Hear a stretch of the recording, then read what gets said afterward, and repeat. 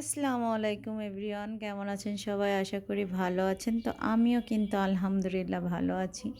দেখেন আমার স্টুডেন্টরা কিন্তু চুল কার্লি করাটা শিখতেছে। তো আগের দিন আমাকে করে দিছে, একটুও ভালো হয়নি। হ্যাঁ, অবশ্য সেটা ছিল অন্যভাবে, ওটা নাকি ওরা শিখি নাই, ওরা জাস্ট করছে। হ্যাঁ, আর এটা আজকে শিখতেছে, সেটা বলে যে আন্টি আমি আজকে শিখি, আগের দিন শিখি নাই, জাস্ট আজকে শিখতেছে সেটা বলে। হ্যাঁ, কতটা সুন্দর হয়েছে দেখেন।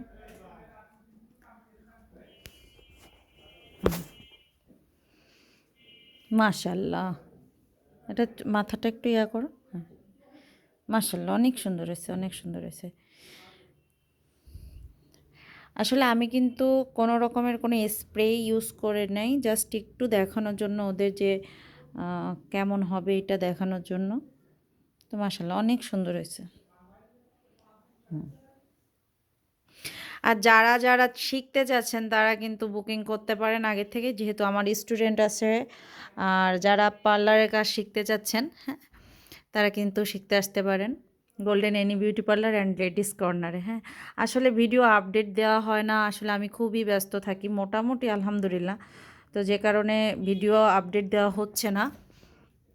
তো দেখেন এই চুলটা দেখেন কত দারুণ। আসলে এই হেয়ারটায় কিন্তু একটু তেল ছিল, অয়েলি, এই জন্য। তারপরে মাশাআল্লাহ অনেক সুন্দর হয়েছে। ধরো চুল আর একটা ধরো।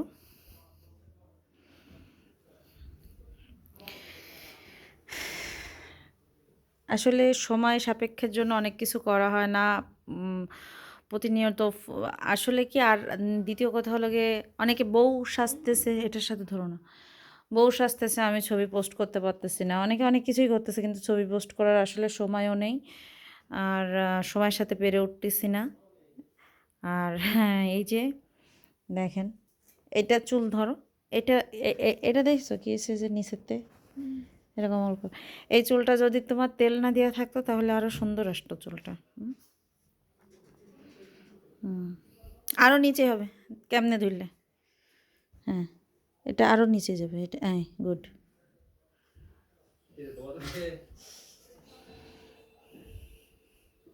মাশাআল্লাহ, অনেক সুন্দর হয়েছে, অনেক সুন্দর।